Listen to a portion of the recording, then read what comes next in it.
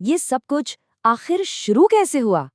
ये एक ऐसा सवाल है जो हजारों सालों से हम इंसानों को परेशान करता आया है। ये कह सकते हैं सृष्टि की सबसे बड़ी पहेली है और आज हम इसी की गहराई में उतरने वाले हैं। तो चलिए थोड़ा और गहराई में चलते हैं। आज से सोचिए 3000 साल से भी पहले ऋग्वेद के नासदीय सूक्त में एक ऐसी हालत की बात की गई, एक ऐसी अवस्था जिसकी कल्पना करना भी मुश्किल है। एक ऐसा वक्त जब कुछ भी नहीं था, मतलब ना होना भी नहीं था। सोचिए जरा, ये एक इतना गहरा रहस्य है जो हमें वक्त की शुरुआत के बिल्कुल बिल्कुल मुहाने पर लाकर खड़ा कर देता है। और यही यही तो वो सवाल है जिसने हजारों सालों से पुराने दार्शनिकों और आज के मॉडर्न साइंटिस्ट सबको परेशान कर रखा है। अगर शुरुआत में सच में कुछ भी नहीं था, तो फिर ये इतना बड़ा ब्रह्मांड, ये अरबों खरबों तारे, ये आकाशगंगाएं और हम सब, ये सब आया कहाँ से? तो इस गुत्थी को सुलझाने के लिए हमारे पास कह सकते हैं दो बड़े नक्शे हैं। एक नक्शा है प्राचीन ऋषियों की गहरी सोच का, उनकी आत्मखोज का। ये नक्शा कहता है कि ये पूरा ब्रह्मांड असल में एक वाइब्रेशन है, एक कंपन, जिसे नाद ब्रह्म कहा गया। मतलब ये पूरा यूनिवर्स ध्वनि से बना है। और दूसरा नक्शा है मॉडर्न साइंस का, जिसे हम सब बिग बैंग थ्योरी के नाम से जानते हैं।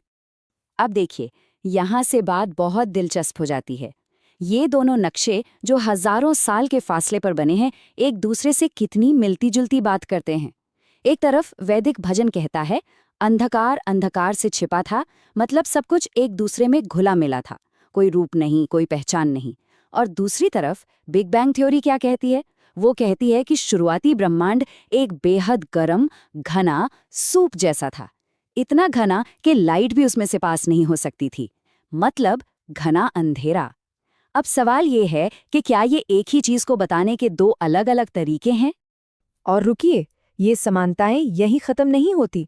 जब बात आती है कि पहली चिंगारी कहाँ से आई, तो वैदिक भजन में एक बहुत ही काव्यात्मक बात कही गई है। इच्छा उत्पन्न हुई जो मन का पहला बीज थी। और मॉडर्न फिजिक्स वो कहती है कि ब्रह्मांड की शुरुआत हुई क्वांटम फ्लक्चुएशन से, यानी एनर्जी में होने वाले छोटे छोटे, बहुत ही छोटे कंपन जो शून्य में से ही पैदा हुए और जिनसे मैटर बना। तो एक तरफ है इच्छा, एक पोएटिक आइडिया, दूसरी तरफ है उतार चढ़ाव, एक साइंटिफिक आइडिया। लेकिन क्या दोनों ही किसी पहली अनकही हलचल की तरफ इशारा नहीं कर रहे? नासदीय सूक्त में एक और हैरान करने वाली बात है। वो कहते हैं देवता बाद में आए। अब इस टाइमलाइन को देखिए, ये बात एकदम साफ हो जाती है। ब्रह्मांड की कहानी 13.8 अरब साल लंबी है और इस पूरी कहानी में हम इंसान यानी कॉन्शियसनेस या चेतना तो बिल्कुल आखिर में आते हैं। तो देवता यानी वो चेतना जो इस ब्रह्मांड को देख सकती है, समझ सकती है, वो तो सच में इस पूरी कहानी में बहुत बहुत बाद में आई। तो ये जो वैदिक समझ है, ये सिर्फ शुरुआत के बारे में नहीं है, ये असल में रियलिटी के नेचर के बारे में है कि असलियत है क्या। और उनके हिसाब से सब कुछ एक वाइब्रेशन है, एक ध्वनि। उन्होंने इस कॉस्मिक साउंड को 4 लेवल में बांटा।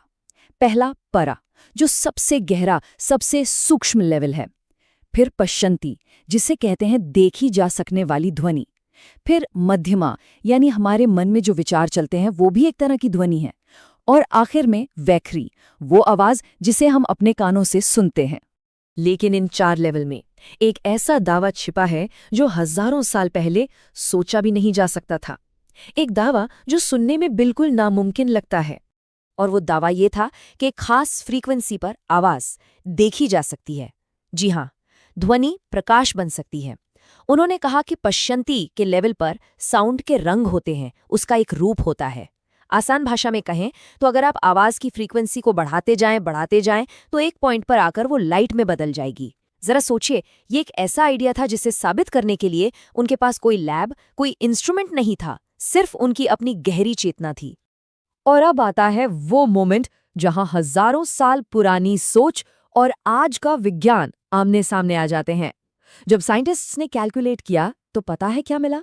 उन्होंने पाया कि अगर हम किसी भी सुनने वाली आवाज को लें और उसकी फ्रीक्वेंसी को 40 ऑक्टेव ऊपर ले जाएं, मतलब उसकी पिच को 40 बार डबल कर दें, तो वो ठीक विजिबल लाइट यानी रोशनी की फ्रीक्वेंसी रेंज में पहुंच जाती है। ये कोई तुक्का नहीं है, ये एक सटीक मैथमेटिकल कनेक्शन है। और आज की साइंस भी कई अलग-अलग तरीकों से इस आइडिया को सपोर्ट करती है, जैसे कि स्ट्रिंग थ्योरी। वो क्या कहती है कि इस यूनिवर्स में हर चीज, लाइट से लेकर हमारे शरीर के एटम तक, सब कुछ एनर्जी के छोटे-छोटे कांपते हुए धागों यानी स्ट्रिंग से बना है, और हर स्ट्रिंग का अपना एक अलग सुर है। फिर एक फील्ड है साइमैटिक्स। इसमें हम अपनी आंखों से देख सकते हैं कि कैसे अलग-अलग साउंड फ्रीक्वेंसी रेत या पानी में खूबसूरत ज्योमेट्रिक पैटर्न बना देती हैं। ये इस बात का सीधा सबूत है कि आवाज से रूप बनता है। और सबसे कमाल की चीज, सोनोल्यूमिनेसेंस।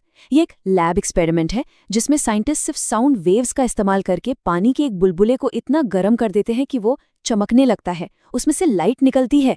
मतलब वो सचमुच आवाज को रोशनी में बदल देते हैं।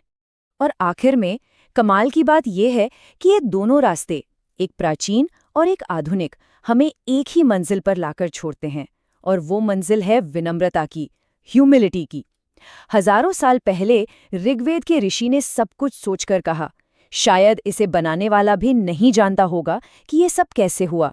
और आज हमारी सारी टेक्नोलॉजी और नॉलेज के बावजूद साइंटिस्ट कहते हैं कि बिग बैंग की सिंगुलैरिटी एक ऐसा पॉइंट है जहां फिजिक्स के सारे नियम फेल हो जाते हैं।